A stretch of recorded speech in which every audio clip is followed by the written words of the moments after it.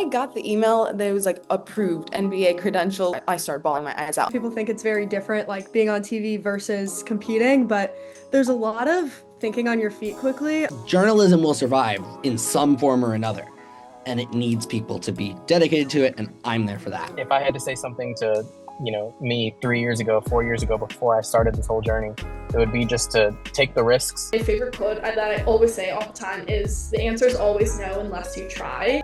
Hello, everyone. Welcome back to another episode of Holden Conversations. My guest today has a very unique but down-to-earth story. He started grinding that sports content in the start of the pandemic, and he's got nearly 300,000 followers on his TikTok, YouTube, Instagram, and Twitter combined.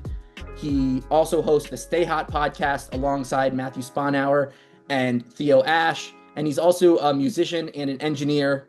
Blaiden Kirk, everyone. Thank you, Holden, for having me. It's great to be here. Thank you. And now my first question, I got to harp on the fact that you're also a musician and an engineer, and you also have grinded content for FanDuel, sports, social media stuff as well. How do you not go insane? Trick question. I do. I don't know.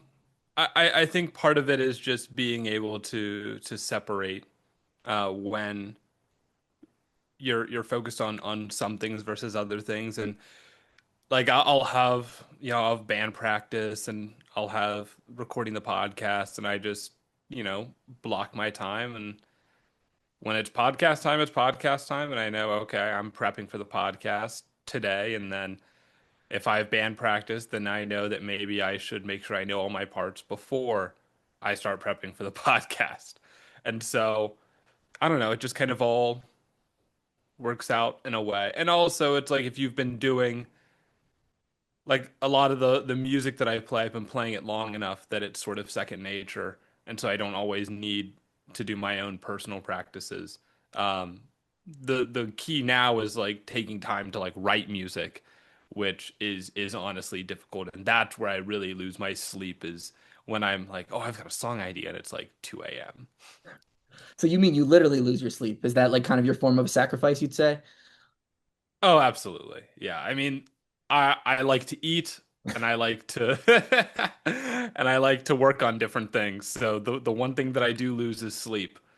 But what are you gonna do? Surely like it becomes less and less of a sacrifice as time goes on because you're surely numb to your lack of sleep, right? No, maybe.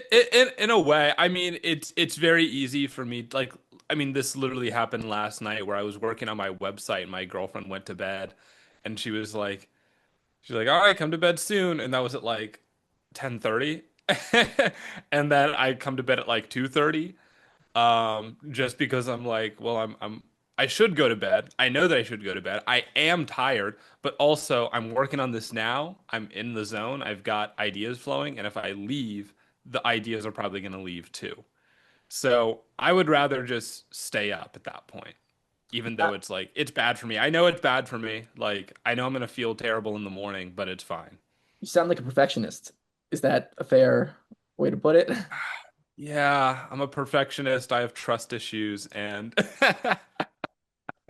I just want to make sure that everything that I do is the best that it can be. Obviously, to get to where you're at, being able to have like three different entities that you're very passionate about, you've got to trust other people. How does that Yeah. perfectionist mindset play into how you talk to your producers, your other band members? Like, how does that kind of flow and work? Well, I was a perfectionist sort of in the hiring process of our editor for Stay Hot.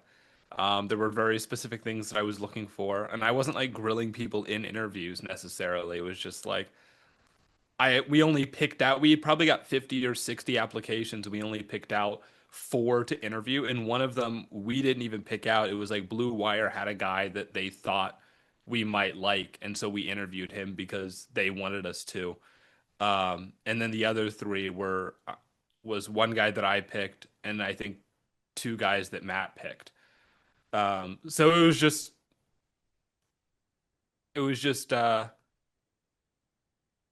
more of, it's easy for me to trust someone if I handpick them, Yeah. I guess. And like, even as far as like working with Matt and Theo, like Theo was a guy that Matt and I had already found on TikTok, and we were comfortable with like like the content that he made. And Matt and I have, we went to high school together. We've known each other for over 10 years at this point. We've been friends for about 10 years at this point. So it's like, it's sort of easy to trust those guys because, again, I've known Matt for a long time. And I won't say that we handpicked Theo because that sounds weird, but but it's easy when you already know that like he does good work, and he's good in the area that we need him to be or that we want him to be. And then as far as band, this is one thing that I've seen discussed a lot is the idea that like most people in music, especially when you're starting a band, are not going to be as committed to the cause as you are. Like, and it's unreasonable to expect them to be, Yeah. right? Just because it's like, oh, if I write a song, it's unreasonable to have someone be just as excited about the song that I just wrote as I am, right? It's unreasonable to expect people to be as eager to book shows or right to like just like the general maintenance work of being in a band. And so I guess in one of my bands I'm lucky in the sense that, well, I guess in each of my bands we've got at least one other person who is like either a very capable songwriter or very capable in booking, so that takes some of the load off. But I think in band especially and in business and in relationships, you just have to be prepared to sort of give as much as you possibly can to that relationship with getting nothing in return.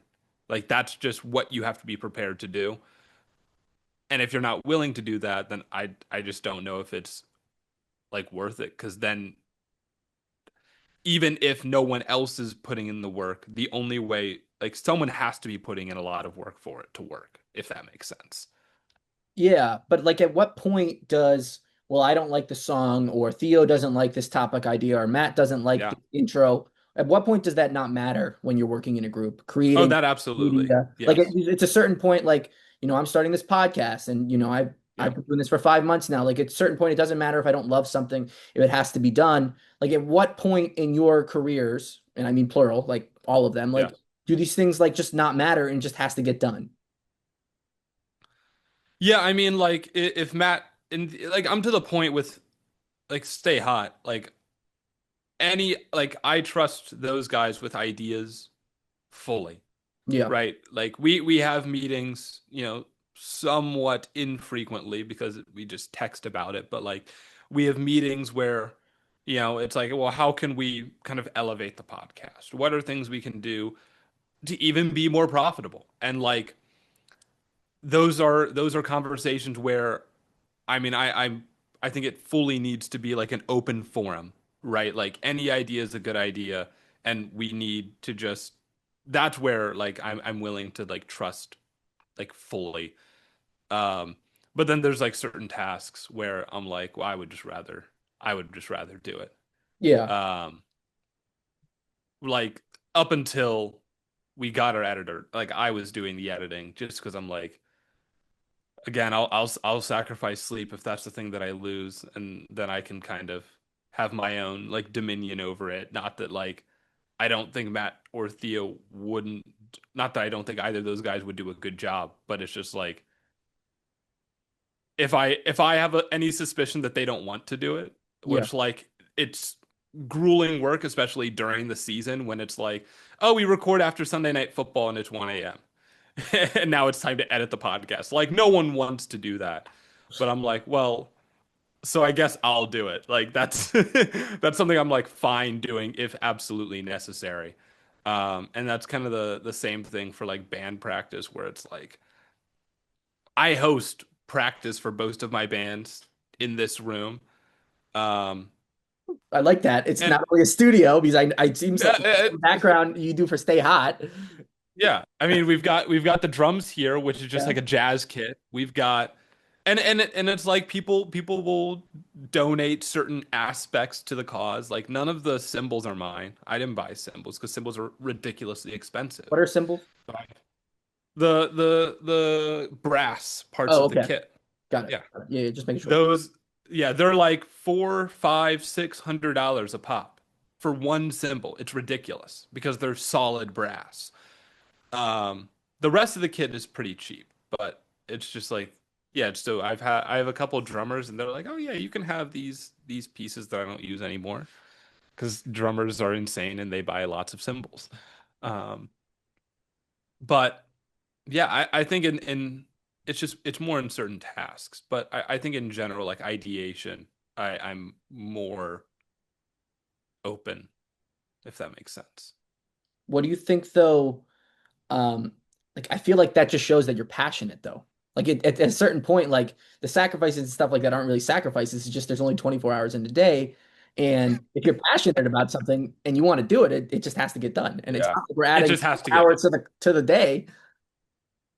It just has to get done. Yeah. Yeah, like it's just stuff that has to get done. I'm willing to do it. I'm willing to not sleep to do it. So it does get done.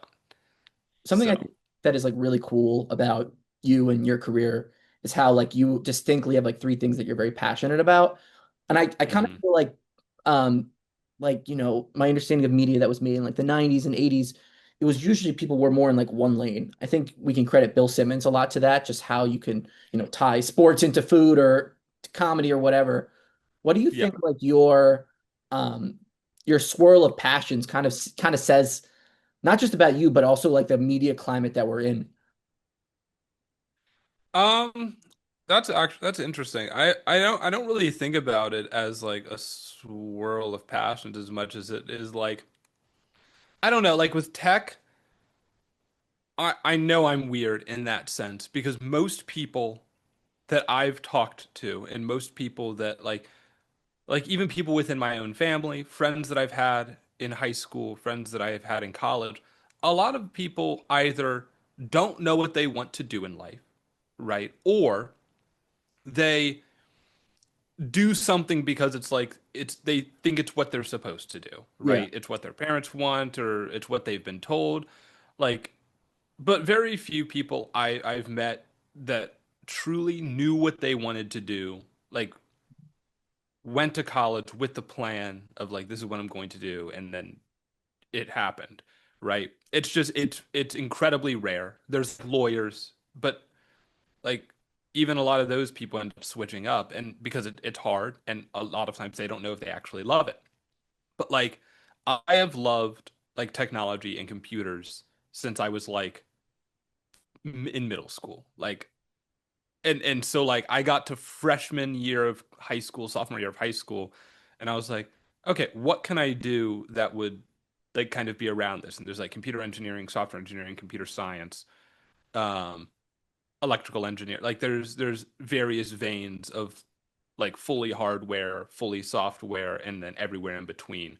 Yeah. Um, I was like, okay, well, I definitely think I want to be more on the software side. And so then as I start touring colleges, I'm meeting with professors and they're like discussing the difference between computer science and software engineering, which is basically it's theory versus application. Can you explain And that? Because most of my audience is more comms people. So can you like quickly explain yeah, that?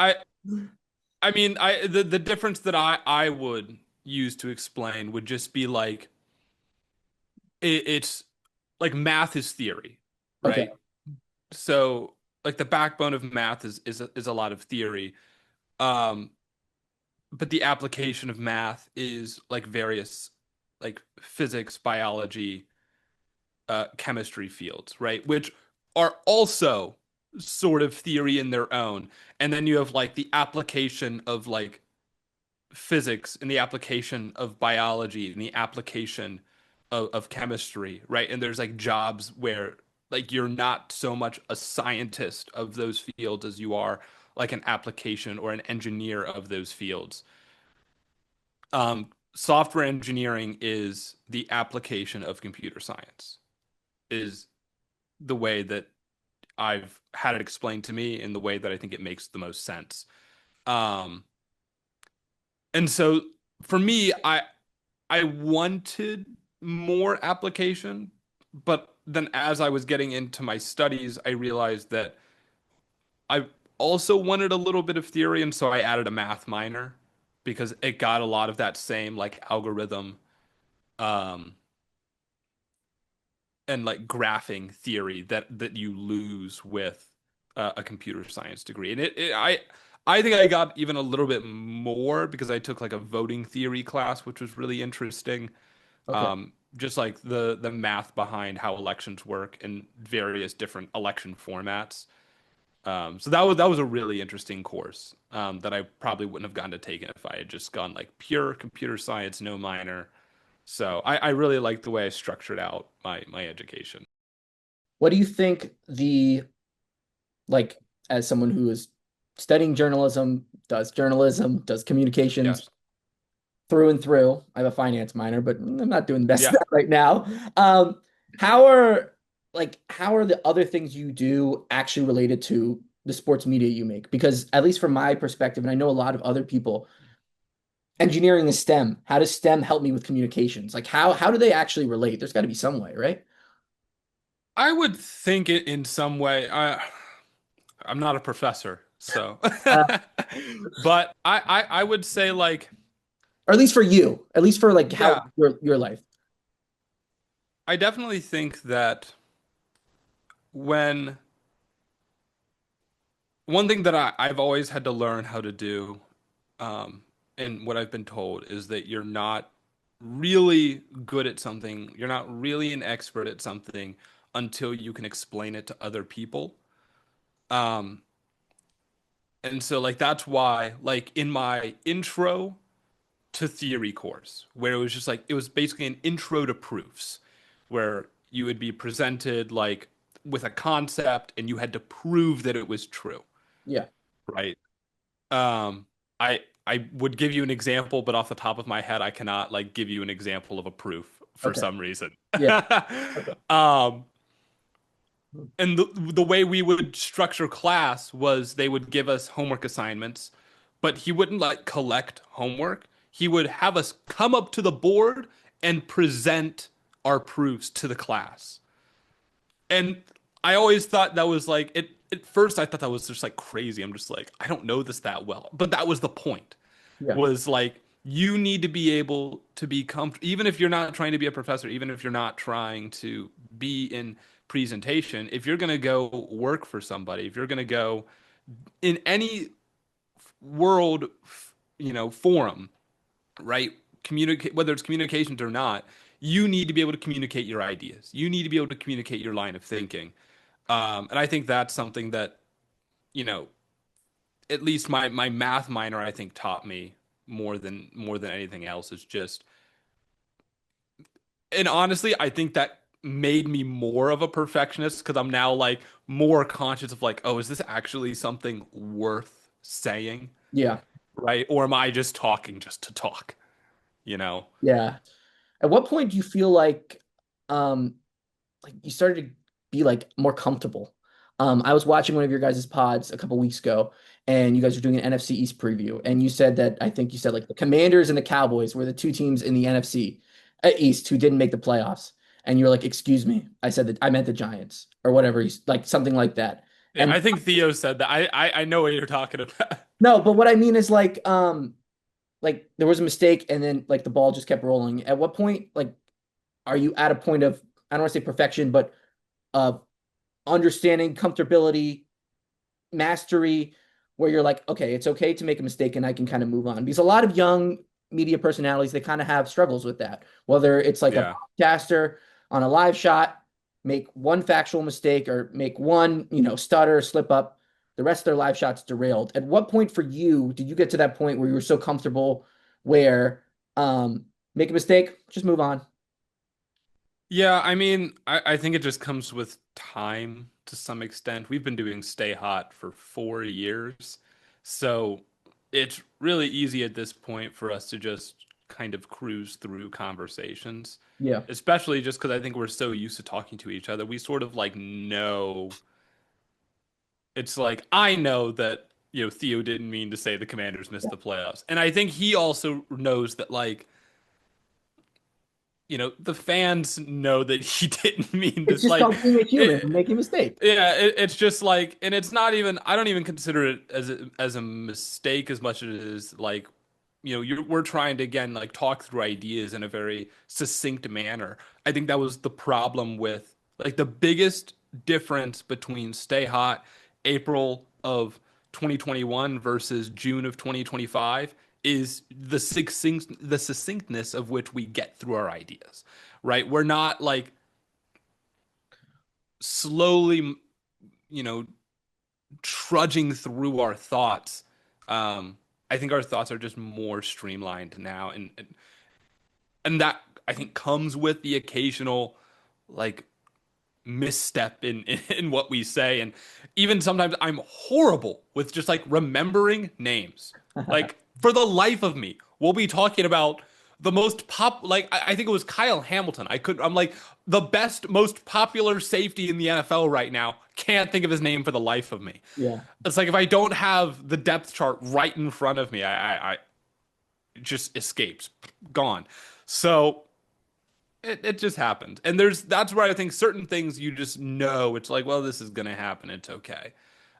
Where I was like not excusing mistakes for myself was when I'm like editing the podcast and I'm like, I get that it's 2 a.m., but like I've got to be tighter on these edits because like these like there's like random mistakes that I'm like it's just because I'm tired. So I was like trying to create a template that made the editing better, like especially for those late nights, so where I didn't have to be up until 4 a.m. to get just the edit done, let alone get it up to like Spotify and Apple and YouTube, etc. So there are some things that are like very much worth excusing. It just kind of depends on the time. And like even in band practice, like we make mistakes all the time.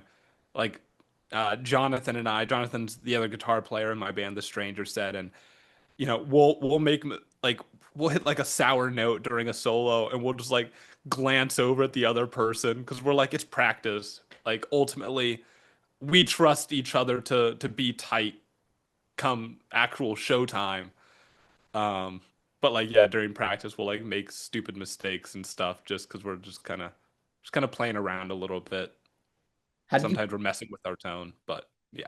how'd you keep that mentality covering the Super Bowl? Oh God, dude, the first time, so Theo went to the Super Bowl, has gone to the Super Bowl one more time than Matt and I. Okay. And so the first time where we all went together, it was very much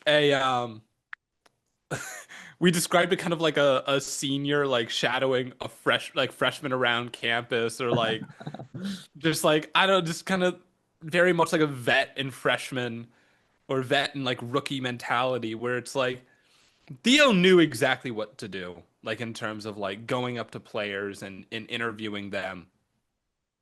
And you could tell like some people were just they were so committed to like I'm running up to this guy, I've got my questions lined up, I'm ripping them and I'm gone. And I'm like, Jesus.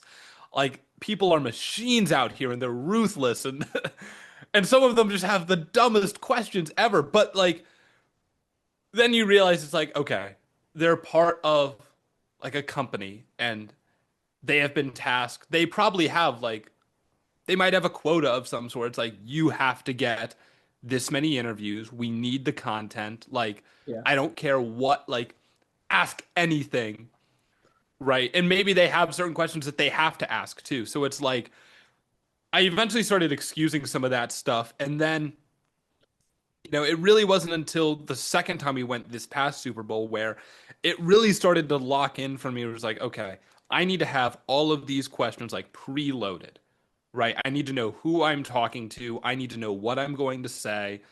And I just need to like force my way in there, call their name, and hope they look at me. Because at those booths, like if you're just not aggressive with it, it's going to be hard to get to talk to people in some way. Then there's like the more casual stuff where there's just players walking around that you can like, especially the first night, you can just kind of walk up to any of them. Um, even some players that you might not know, they're just walking around because it's not just like the starters that are there, it's the backup players too. And So those are a little bit easier, and those are like I think to get your feet wet a little bit, just getting comfortable talking to a professional athlete if you've never done that before. And then there's at the actual like media days at the hotels, they've kind of got the same thing where you've got certain players up in a booth, and those players are usually difficult to access, but some of them aren't. Some of them are pretty easy to access. And then in the rest of the area, you've just got players mingling about. They're sitting at like a table, and you can just go sit down with them. And sometimes it'll be like a group of them, and you could just talk to all of them if you want, or talk to one of them. That's I like the first year I went. The only really good interview that I think I got was to Sean Gibson.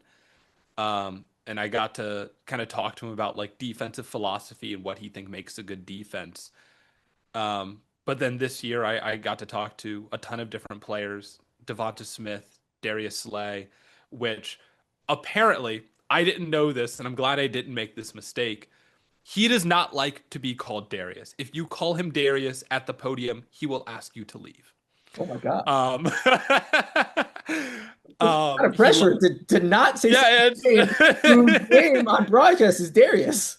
yeah, no, he wants like you call him Slay, or you don't call him anything. Yeah, it's very. He's going to treat him with that as the season goes on. I'm curious to see like how many people mess that up, Yeah, or if he might end up not being as strict with it in Pittsburgh. Who knows? But yeah, I thought that was very weird. I was like, oh, I didn't know that, so I'm glad I didn't make that mistake. But then there's like certain players I'm like I'm not even gonna try and talk to. Saquon Barkley, Jalen Hurts, Mahomes. There's 20 massive cameras set up. There's 40 different media people around. I'm like, no, I'm good. Like, I don't have anything that pressing to ask Patrick Mahomes. I will live. But then you can also like talk to coaches and stuff. And so like I think early on, it's like, oh my gosh, it's just it can be very overwhelming, especially the first year I went, it was in Vegas, which I don't know how you feel about Vegas. I think it's a very mediocre city. Never been. Okay. I think it's like it can be interesting to go see once for a few days. But like when you're there for a whole week, it loses its charm very quickly. Is the food good? I have to ask. The food is good. Okay. That is one thing. I think the food is good, but everything is expensive. Like there is nothing to do there that is like even remotely affordable. It's not a very walkable city. It's like incredibly hard to get around. Everything's expensive. Everything is like very over glamorized. It's just a lot. And so like that's why I say it's like it's I think cool to go for like a few days once. But like unless you intend to spend obscene amounts of money, which there are other cities that I think are better suited for spending obscene amounts of money. I just don't think it's like worth going. But the Super Bowl was there, and it was according to our Uber drivers that weekend, it was the busiest Vegas had ever been. Was when the Super Bowl came, and that was a lot. I think that was especially overwhelming for it to just be that intense. And then it's like a 2-hour bus ride to the team facilities and a 3-hour bus ride back because of traffic. It's just ridiculous. I think it was just like an exhausting experience in a way that like when it's in New Orleans, much more chill. It's much more, it wasn't like super walkable because it's like New Orleans is walkable, but like you weren't gonna walk. We were staying in an Airbnb, it would have been like a 50-minute walk. But it was like a 10-minute drive, right? It's like things are more accessible, but like we weren't gonna walk to see the players like that. So I think New Orleans was a much better experience, mostly because I was like more prepared and knew what I wanted to address, and also New Orleans is just a better city, than Vegas. You really like jambalaya or gumbo? Like those awesome stuff. Oh yeah. Yeah. Oh yeah. The food in New Orleans is incredible. Like the food in Vegas is good, but I feel like there's more culture in the food in New Orleans for sure. And also I just love seafood. Yeah. And they've got great seafood. Same with like Maryland has great seafood. If you're ever in like Baltimore, that's yeah, the I'm from seafood Maryland. there is okay. Yeah. There you go. Yeah, awesome. Yeah, so you know better than anyone. Um, are there like I'm assuming it was the Super Bowl, but who knows? Was there like ever a moment where you're like, this is so stupid that I'm here? Or that I've got this platform, that I'm at the Super Bowl? Do you ever chuckle and laugh and be like, what? You graduated college in 2023 for Yeah. the viewers. Um, and you covered two Super Bowls. You were talking to Devontae Smith, to Sean Gibson, like you're talking to these people, your podcast is booming. Like, are there ever moments where you just like laugh and you're like, this is ridiculous? It is a little ridiculous. Like there's sort of no reason for people to like tune into me. Like it's always funny when there's like there's like why do people even listen to these guys types of comments? Like if we say something that's like sort of like a bad take or like people perceive it as a bad take, it's like who even listens to these fools, dude? Like what? But like legitimately, yeah, they kind of have a point. Like why? It's like I don't have any credentials that I'm not I wasn't like a journalism guy. I didn't play college football. I didn't play in the NFL. So like there's really no reason for people to follow me other than like I've been right about a few things. But like Not to toot your own horn. I predicted the Jalen Hurts breakout. Did what else? So yeah, he did okay. Why do you think people listen to you guys? Because you're right. None of you guys are journalists. I feel like the best part of you guys, I feel like you guys are just having a very sophisticated sports talk at a barbecue while we're eating hot dogs Yeah. and burgers. But like, why do people listen to you guys? And why do you guys have such a large following? All three of you guys, like separately. Yeah. I think I think you kind of hit it. It's like I the way that I've heard people kind of describe the appeal of Stay Hot and the appeal of like Matt, Theo, and I is it just kind of feels like you're just shooting the shit. Yeah. You know, you're just hanging out with the guys, and also it's like, but it's not like they truly don't know. It's like I feel like we know some ball, you know. So there's enough substance there that it's like you're at, you know, like you say, a barbecue, and it's you're just talking with your buddies, but all of your buddies like know what they're talking about. It's not like it's you know, no one's out here predicting the Steelers to win the Super Bowl. You know, Yeah. we'll we'll say that, right? So I think that's kind of the appeal. Is it's like a more it's like a leveled up version of like barbecue sports conversations. Do you think also that you guys are young, like, and then you're also on TikTok? Our our audience is very much skewed younger. Um, and I do think that like it's interesting to see like as we get older and like now we're older than like a lot of the players that are being drafted Yeah. into the NFL, which is like very weird. Like, look at this guy in my Um, background, Cooper Flag, yeah. How old was he 18 years old. when he was drafted? Oh my gosh. That's insane. I know. That's actually insane. Um that's No. completely ridiculous. But like yeah, so to think like but we still have a lot of fans that have been like that are either like entering college or you know either in college or maybe leaving college, right? Which is kind of it's kind of been the same demographic sort of, but it's interesting because I sort of feel like our fans have aged with us a little bit also. Like, does the research, like, do the stats show that?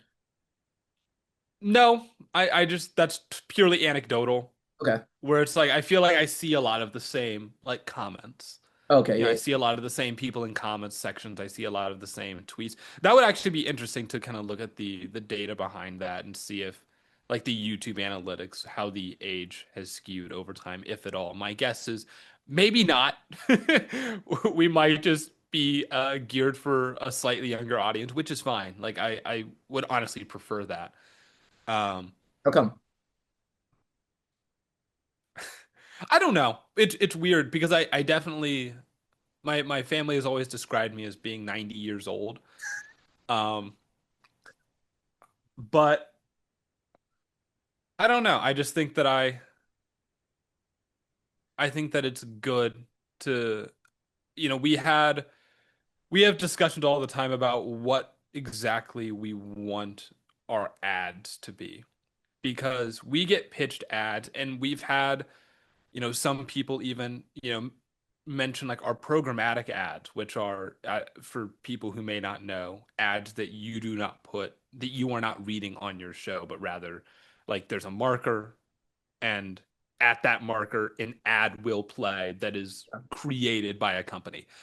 Um, so like sometimes those ads will kind of enter into the show and people will let us know like, hey guys, we don't think you meant to put this in, but maybe you didn't want this to be promoted on Stay Hot. And if that happens, we'll reach out to Blue Wire and be like, hey guys, I don't know if there's anything you can do about this, but um, we would prefer to have this kind of sterilized from the show if possible. And so Blue Wire kind of knows like not to pitch us ads that like don't agree with um like the morality of the show in some capacity. And so I think the the pro to being geared for a younger audience is that we sort of have the opportunity to have a positive influence on like young men, especially Yeah. when there's a lot of sports shows that are a very bad influence on young men. And like it's not like all like sports shows, but like it's just there's a lot of young men that like find podcasts and it's like stuff that they're interested in and then they start to trust those people with more than just like their sports opinions, but also like their direction in life in some capacity. And I feel very easy to kind of, fall down a rabbit hole of not being, the best person in the world. That's also got to be flattering though to know that you have that pull. Yeah, it's flattering. But it's also, there's pressure there to make sure that you're not steering people the wrong way, setting an example to some extent, but also we'll be goofy and we'll make jokes and we'll have fun. What would you say to someone who's trying to build their own platform now? Like, what should they do? Just be themselves, probably. I think there's definitely an extent of like, find a style that you like and maybe mimic it and, maybe take from it an element that's, what people do in songwriting all the time. You find an artist that you like, whether it's Bob Dylan or, Britney Spears or, Jay-Z, and you say, "Oh, I really like the drums, or I really like this melody, or I really like this chord progression, or this flow," and so you borrow from elements of different people and you sort of make it your own. But also, I think you just have to like be yourself, and I think that's what makes like that is truly the power that TikTok has always had. I feel like is you can just hold up a camera and be yourself, and you have to be again succinct. You have to like you can't just purely just like stream of thought. Sometimes you can. Sometimes like people are just random like that and it works. But there has to be some level of composure and direction. But ultimately, I think if you're just you and like truly authentically you, people crave that. So that would be like my main advice. Is like obviously find people who you look up to and either try and meet with or learn from them, but also I think being yourself is perfectly fine. Where is Stay Hot going? Um, in the future, next 2 months, football season's coming up.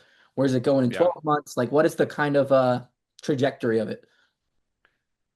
I mean, I know one thing that we're definitely trying to do is um, figure out ways to make more content because that is always the thing that people like ask for is it's like it's like, oh, what could we do better, right? And the answer is always like, oh, YouTube videos or like video essay style stuff. And we're like, well, those are a lot of work.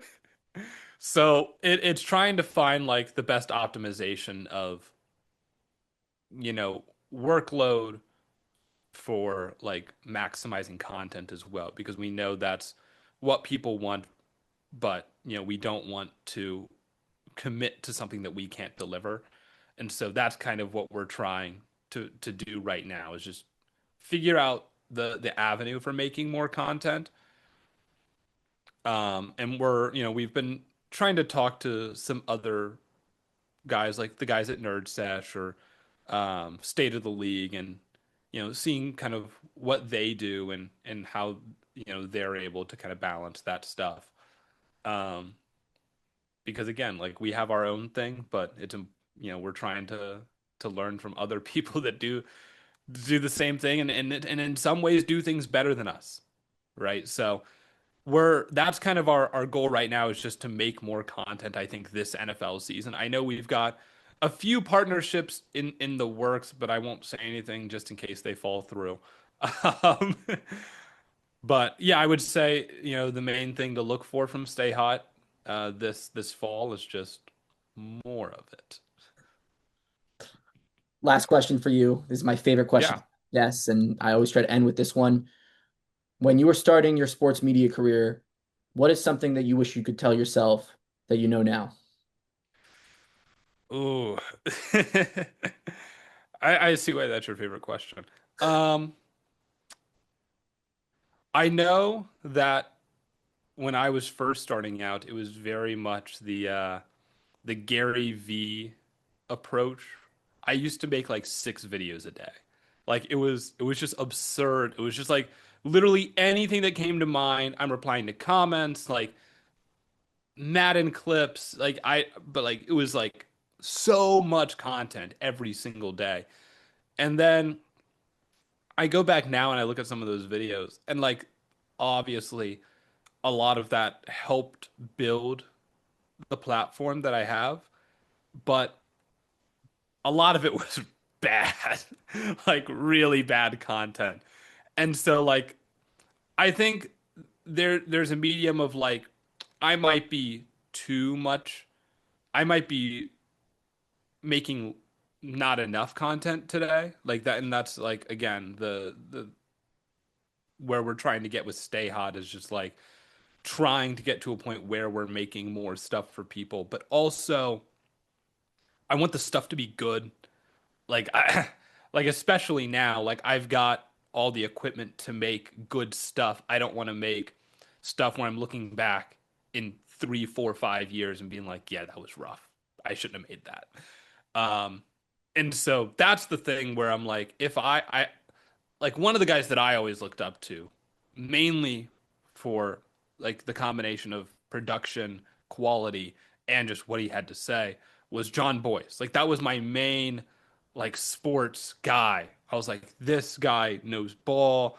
He's super analytically intact. He's got great production quality. Like that's the kind of content that I would want to make. And I'm like, well, then why didn't you make that, Blaiden? So that's where I look back and I'm like, I look at what am I, 24? I look at like 20-year-old me, 19-year-old me, and I say, yeah, you should have just like made better stuff. Because there's some good stuff in there. There is like one of the first YouTube videos I ever did, like video essay style, was going back and doing a film breakdown of both Tom Brady and the other 6 quarterbacks taken before him in his draft class. So doing like college breakdowns on those guys. And I'm like, that was a good video. You should have made more stuff like that. But also that video took me like months to make.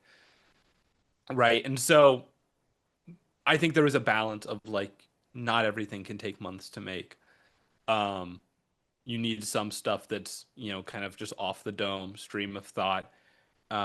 You need some stuff that's more quick and to the point, and that's the avenue that TikTok provides, and I think it's good. But if there is one thing that I think I could have done better, it's just make better videos earlier on. So, and that goes for Stay Hot as well. I think I could have, but also, first time doing like a real podcast that people actually listen to. So obviously you're going to get better the more that you do things. But that would be my answer. It's very like reflective. Yeah. So You want to drop the socials or anything? Drop the band? I'll do some shameless self promo, I guess. Everything that you can find of mine is at blaiden.com to some extent. You can find my all my social handles there. If you're interested in my music, which I'm not saying that you should be, but I think it's okay. I think every musical project I've ever put out is better than the last.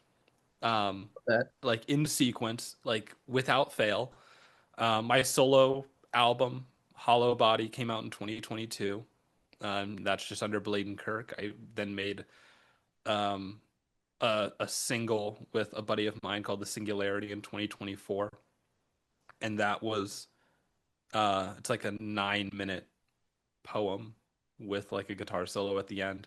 And then I did some stuff with my band Atessa, and I think those singles are really good. And we're playing a show next weekend. And then um, the same guy I made The Singularity with, we made an album called Who by Fire with some other friends from college, and then we've been working on the second one of those. So that I think is really good. And then The Stranger Said recently put out our debut single, Going Places, which I think is the best musical creation that I have in existence so far. So all of those are available anywhere that you wanna look. And then of course everything that you want to find as far as Stay Hot, that's also on my website, just blaiden.com, Blaiden. And you can find pretty much everything else there as well. I'm working on updating my website. I'm working on adding more ranking quizzes. I'm working on adding a consensus ranking board for all of the ranking quizzes. The API is done. I just need to connect it to everything and then make the UI for the consensus board so that it actually looks good. And then I'm also just revamping the UI for my homepage. So lots to look forward to. Lots coming up in the Blaiden world. And if you ever want to find me, it's at blaiden.com. Thank you so much for your time, Blaiden. Thank you, everyone, for watching another episode of Holden Sherman's Conversations. Make sure to like, subscribe, and turn on post notifications so you don't miss the latest from Holden Sherman's Conversations.